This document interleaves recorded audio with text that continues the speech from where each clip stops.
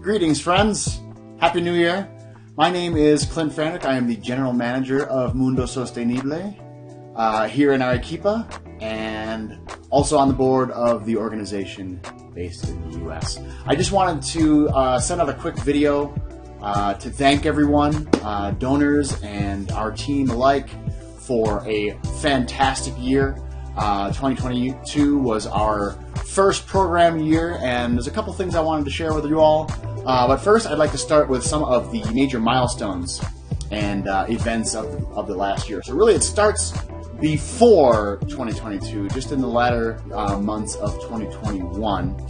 We had a fundraiser in Madison, Wisconsin, so thanks to those of you who attended our event in Madison. It was a lot of fun. We raised around 12 grand, which put us on a great footing for the start of our first program year in 2022. And then very shortly after that, we had our first elections, and it was great to have some old friends and some new friends come into the group and offer their skills and their connections to help our organization in its first year. It was a really, really big deal for us. And then we did our first project. So our very first project was in Ayaviri, in Puno, in southern Peru. And it was a fantastic project. It was the first real project with the program fully conceived and funded, and it was at an orphanage of young girls in Ayaviri, and it went really great. We're very, very happy with the outcome of that project, and it really set the tone for the other projects to come later on. Then in March of 2022, so moving into this year, we acquired our 501c3 status in the United States from the IRS.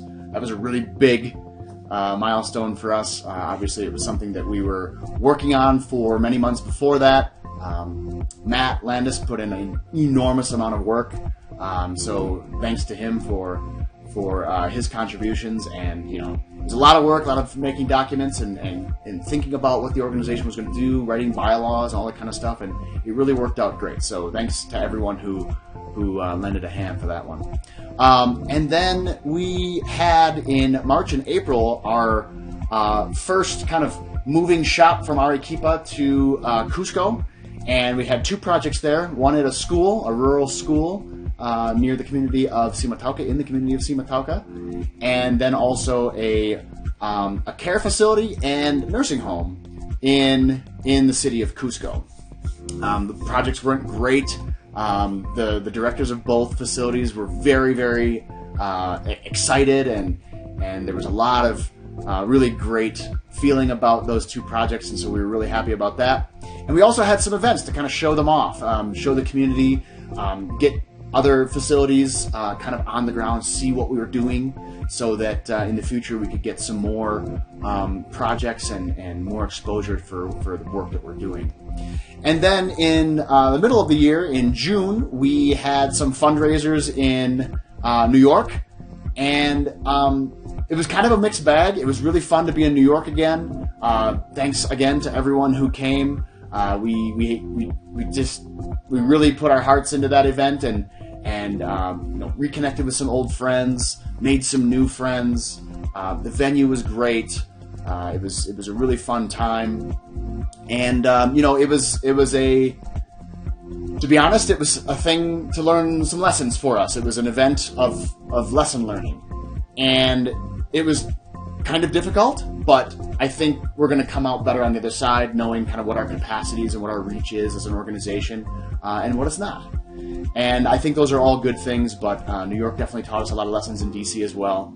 Our event in DC actually didn't come to be, but we learned a lot, and I think going forward we're going to be in a much better position to make good events and raise more funds for these projects in Peru.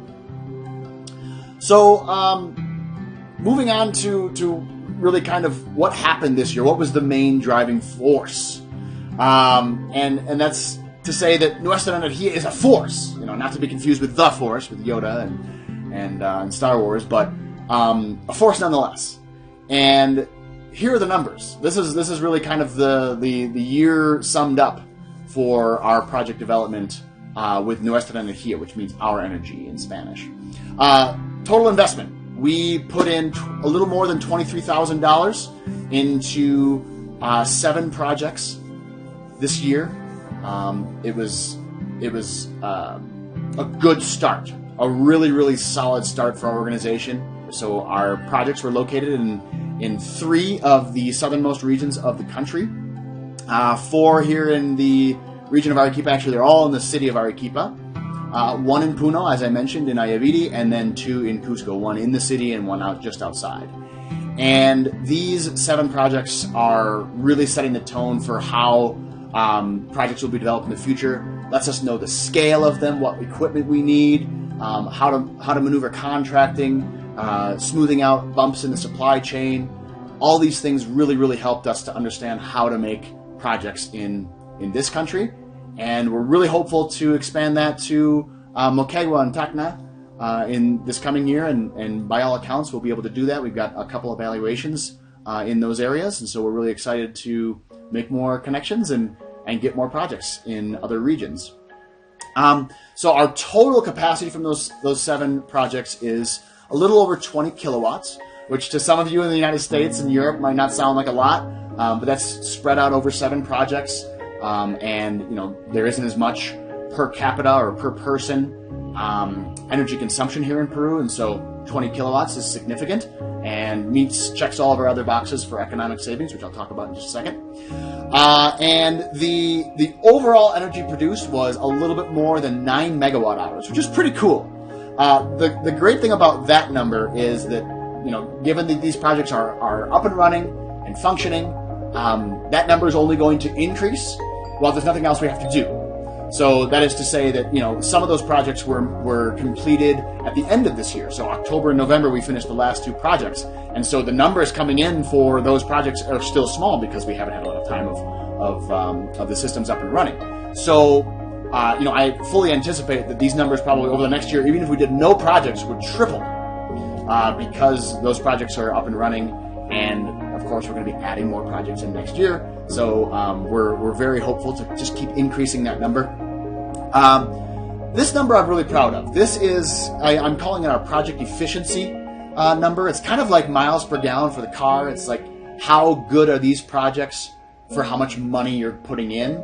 And they're really competitive with any projects that we see around the world. So our one of the members of our board, Barrett, mentioned that hybrid projects, so systems with batteries, are easily $6 and over in pretty much any part of the United States.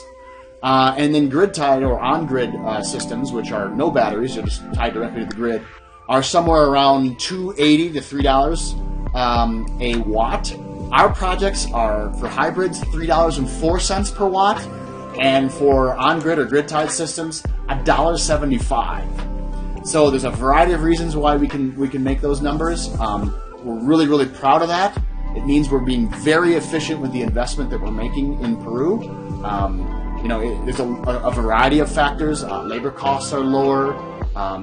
There's less need for components and less need for a significant amount of equipment, i.e. we don't need to make as large of an array to make the project make sense economically compared to other places because there's so much solar irradiance and solar resource. So it's really, really exciting to be able to have those numbers. I have every expectation that those averages are going to continue into the coming years, and so that's really, really great. But the overall goal of our organization is fighting climate change, and so CO2 reductions, carbon dioxide reductions are really, really important. So to date, with the end of this year, with the projects that we put in, we've got 565 kilograms reduction, so a little bit more than half a metric ton. Again, these numbers are going to probably triple over the next year, but our engineer Renato would like to have a 1 metric ton party. And so I anticipate that'll probably happen sometime in March or April. We're tracking these numbers every single day from the feedback we get from our systems. And so we'll be able to pretty much know the exact day that happens. So we'll keep you posted on that. But then, kind of the other really big goal of ours is to improve the human numbers, the the quality of life improvement. And so these 7 systems have helped or been present at facilities with over 200 children, so 206 children and 42 senior citizens. Those 42 senior citizens are at just one facility, Maria Teresa in Cusco, but it really shows how we've got just shy of 250 individuals with just these 7 projects. So there's a huge impact on hundreds of lives that we're talking about here, reducing those facilities' costs so that they can spend more money on healthcare, food, nutrition, clothing, other services. Lots of the folks that we're talking about in these facilities require therapy of various kinds, security, supplies, a variety of supplies. So there's a huge impact economically from these 7 projects, and the cool thing is we're just getting started. So this is just the first 7 projects of this program, the first program year. There's every reason to believe that we're going to be able to have higher capacity, much larger capacity, in the next year and in following years. So what is ahead? So let's talk about 2023. Our organization has elections in January again, so everyone on the board is up for re-election. We're probably going to drop a few people, but that's okay. We're going to be bringing on a few others, and then we have probably a new president, and a couple other roles are going to be switching around as well. So it's really exciting to see other people coming into these roles, giving it a shot, seeing what mark they can make on our programs and initiatives. So that's really exciting. And then, as I keep saying, there's every indication that we're going to be able to at least double the number of projects we can put in into southern Peru through Nuestra Energía, through this program. And there's a couple reasons why we believe that. I mean, we've got a lot of great projects from orphanages to domestic violence shelters to schools. There's so many great projects that we've already done evaluations at. We already have folks interested in contracting. We just have to find the money. So we're in a mad hunt right now in the next 6 months to find grants and other funding sources so that we can make these projects happen. They're great projects. A couple of them much larger than what we've done so far. So it's really exciting. For one example, there's a school in Cusco called Puquiasunchis, which is just kind of fun to say. It's Quechua for let's play, Puquiasunchis. They have 700 students. It's a primary school and a secondary school in one. 700 students. They're really well organized, wonderful place. They got workshops in their school. It's just a beautiful, beautiful scene.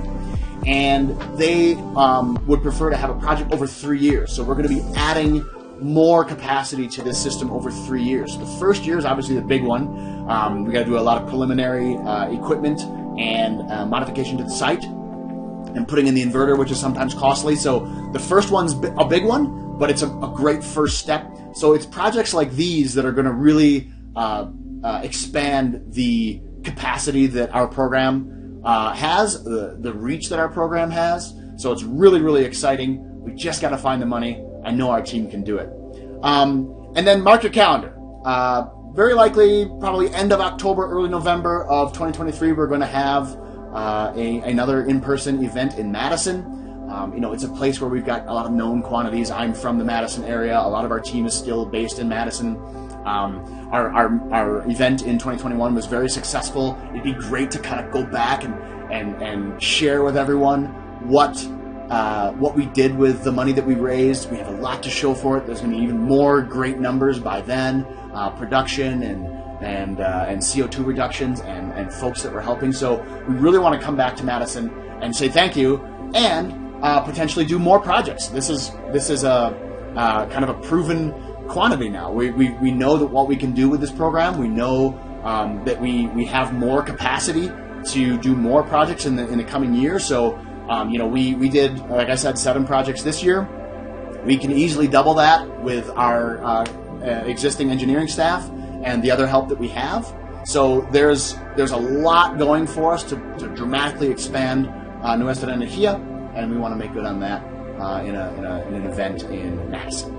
And then finally, we've got some projects outside of Nuestra Energía for hotels, a factory, and a couple other private homes and things. And this is outside of Nuestra Energia. We don't have to raise any money for these projects.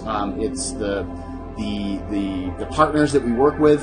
They pay for the entire project, a way for them to save money, kind of a conventional project. But from a nonprofit point of view, it's great because we can just take the earnings from those projects and plug them directly into Nuestra Energia and make even more projects for schools and orphanages and kids.